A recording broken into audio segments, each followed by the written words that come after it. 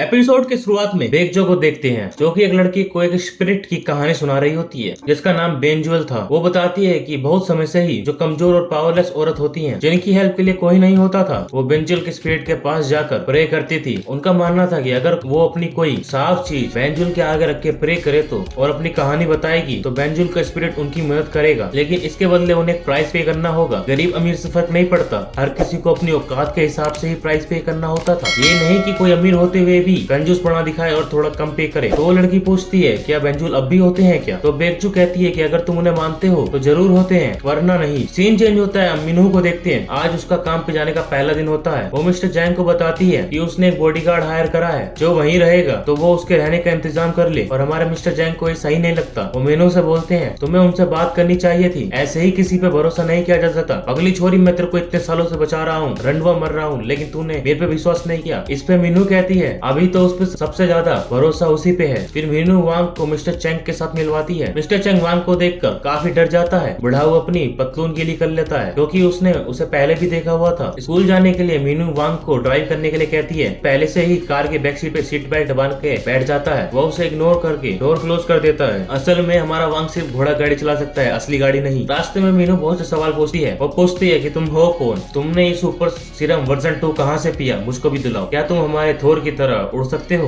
वान हमारा कुछ भी आंसर नहीं करता। स्कूल पहुंचकर मीनू प्रिंसिपल को भी बताती है कि वान उसका बॉडीगार्ड है और उसके साथ ही रहेगा। मीनू उसे एक रूम में ले जाकर वेट करने को बोलती है और कहती है कि कोई आए तो बात नहीं करना, मैं जब तक बोलूं ना यहाँ से जाना भी मत। वान कहता है कि अब से मुझे ऑर्डर मत दे और बिना मेरी परमिशन के कहीं जाना भी नहीं। कहती है मैंने तुम्हें हायर किया है क्योंकि मैं एक नॉर्मल लाइफ जीना चाहती हूँ, जहाँ मन होगा मैं वहाँ जाऊंगी, तुम्हें बस मुझे फॉलो करना है। और वांग कहता है जो मन में आए करो, अगर मरने का मन हो तो। इन्हों फिर क्लास पहुंचकर अटेंडेंस लेना शुरू कर देती है। कोई भी स्टूडेंट उसे सीरियसली नहीं ले रहा था और उससे पर्सनल क्वेश्चन पूछ रहा था। मीनू किसी तरह सिचुएशन हैंडल करती है। अटेंडेंस के बीच में ही एक लड़की उठ के जाने लगती है और ये वही लड़की होती है जो बेकजू के साथ रहती थी। इसका नाम हु युंगजी था। मीनू उसे रोकने की कोशिश करती है और वो कहती है कि वो क्लास स्किप कर रही है। क्लास छोड़ के चली जाती है। हु युंगजी अपनी एक फ्रेंड के घर जाती है जो काफी दिनों से स्कूल नहीं आ रही थी। वो जाके देखती है कि उसकी फ्रेंड सो रियुंग बहुत ही ज्यादा घबराई हुई है और रो रही थी। उसके हाथ और फेस पे काफी चोटों के निशान भी होते हैं। पता चलता है कि उसके बॉयफ्रेंड ने उसका ये हाल किया है। फिर हम कुछ समय पहले का सीन देखते हैं जब सीरियन अपने बॉयफ्रेंड के साथ कहीं पर थी। उसने अपने फोन में रिकॉर्डिंग चालू कर दी थी। वहाँ से ऐसा लग रहा था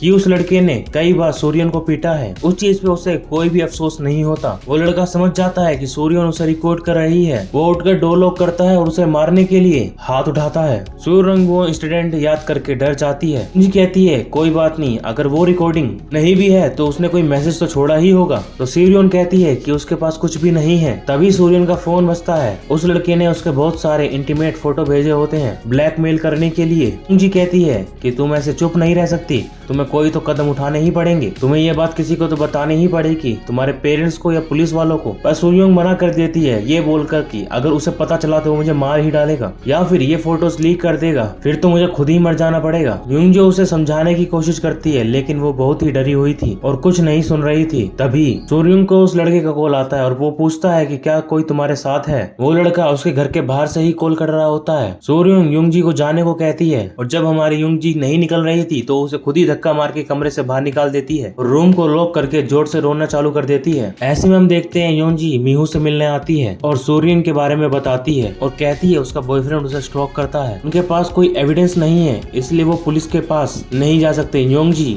चाहती थी कि मीनू अपने पैसे और पावर के दम पे उस लड़के को सबक सिखाए, पर मीनू कहती है कि वो ऐसा कुछ भी नहीं कर सकती और उसको पुलिस के पास जाने को ही कहती है। दूसरी तरफ हम मिस्टर चैंग को देखते हैं जो कि बेकजो से मिलने आया था और वो बेकजो से पूछता है क्या मैं तुमको याद हूँ? बेकजो कहती है कि तुम एक प्रिस्ट थे और बहुत सालों पहले जेजू आइसलैंड में आए थे। फ्लैशबैक में हम चैंग को देखते हैं तो जेजू आइलैंड पहली बार आया था। कई कलीग जो उसकी तरह ही प्रिस्ट था, लस्ट डीमन बन चुका था और उसे मारने वाला था। उस समय वांग ने उसकी जान बचाई थी और कहा था कि इंसान लस्ट डीमन को नहीं टपका सकता। ने ये भी कहा था अगर तुम जिंदा रहना चाहती हो तो इस आइलैंड से जितना दूर हो सके उतना दूर चले जाओ। हमारे चैंग की वांग से फटती थी क्योंकि वो आधा डीमन था। कहता है कि उसे डर है कि हिस्ट्री दोबारा दोहराएगी, हमारा वांग ही हमारी मीहू को टपकाएगा। और बेक जो हमारी कहती है कि सिर्फ वांग ही है जो उसे बचा भी सकता है और अगर वो नहीं होता तो वो मर भी चुकी होती। बेक जो हमारे चैंग को समझाती है कि उसे वांग पे भरोसा करना चाहिए। इधर मीनू वांग को बहुत सारे पैसे और गिफ्ट देती है और कहती है कि आगे से कहीं जाओ मुझसे परमिशन लेकर ही जाओ। शौक में बस उसको देख ही रहा था। मीनू हमारी मन ही मन बहुत खुश होती है, कहती है कि पैसों से तो किसी को भी कंट्रोल किया जा सकता है। चैंग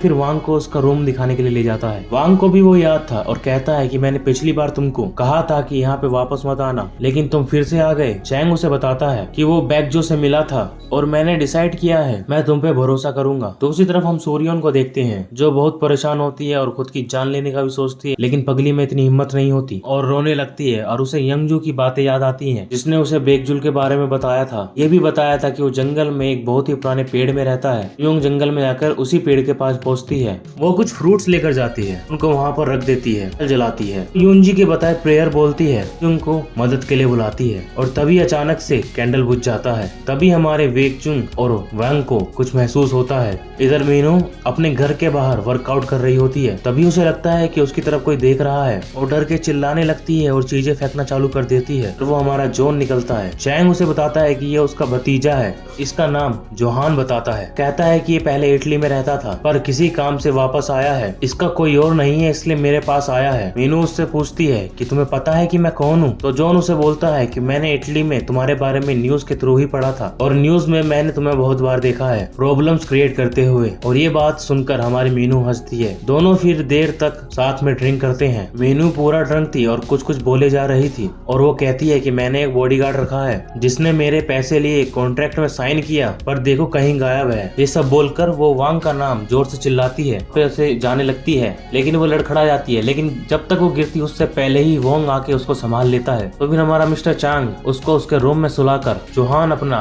उनसे वांग के बारे में पूछता है। फिर वो वांग के पास जाकर बोलता है मैंने सोचा नहीं था कि मैं तुमसे इतनी जल्दी मिलूंगा, और वांग उसे इग्नोर करके जाने लगता है। हमारा जोहान कहता है वैसे तुम्हारी एज कितनी है, मुझे तुम्हें क्या बुलाना चाहिए, बड़ा भैया, दादा, पड़दादा, पड़ दादा। हमारा चुप खड़ा रहता है। फिर हमारा जॉन कहता है कि मुझे पता है कि तुम हाफ डीमन हो, तुम इंसान बनने की कितनी भी कोशिश कर लो लेकिन तुम लश डीमन ही रहोगे। फिर हमारा वांग कहता है कि तुम इंसान सब कुछ जानना चाहते हो लेकिन जो बातें तुम नहीं जान पाते उन चीजों से डरना चालू कर देते हो। तुम मुझे समझने की कोशिश मत करो। अगली सुबह मीनू उठकर रूम से निकलती है, को देखती है वो प्रीस्ट वाले कपड़े पहन के प्रे कर रहा होता है। मीनू को अब जाके पता चलता है कि जोहान अपना अब एक प्रीस्ट है। मीनू स्कूल जाने के लिए निकलती है तो वांग कहीं दिखाई नहीं देता और वो सोचती है कि ये फिर कहाँ चला गया। लेकिन जैसे ही वो कार में बैठती है तो वो देखती है कि वांग तो पहले से ही कार में बैठा हुआ है। जोहान भी आ जाता है ये बोलकर कि वो भी साथ जाएगा वरना अकेले घर पे बोर ही होगा। वो लोग थोड़ी ही दूर गए थे तभी हमारे वांग को कुछ फील होता है और फिर वो कार रोकने को बोलता है और उन लोगों को बिना कुछ बताए जंगल के अंदर चला जाता है। मीनू परेशान हो रही थी तो जोहान कहता है चिंता मत करो मैं तुम्हारा बॉडीगार्ड बनूंगा। मीनू उससे पूछती है क्या तुमने भी सुपर सीरम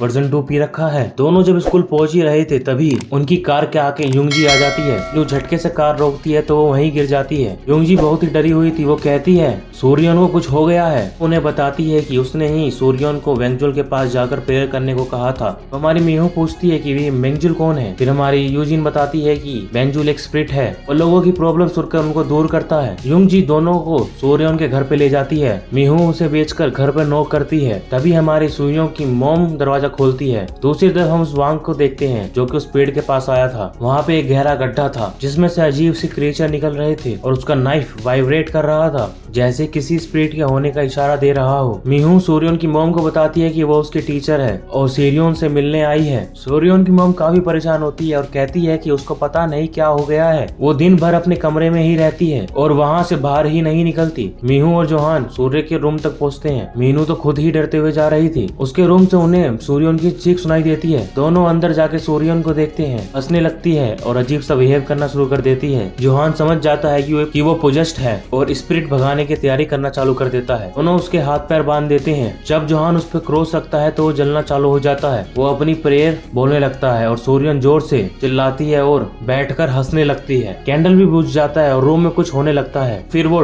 टेलीपोर्ट होकर जंगल के बीच में पहुंच जाते हैं। वांग भी जंगल में ही था। उसके पीछे कोई आकर उसका नाम लेता है और हमारा वान पलटता है और यहीं पर एपिसोड खत्म होता है। जिसको एपिसोड पसंद आया हो वीडियो को लाइक करो, चैनल को सब्सक्राइब करो। मैं मिलता हूँ आपको अगली वीडियो में।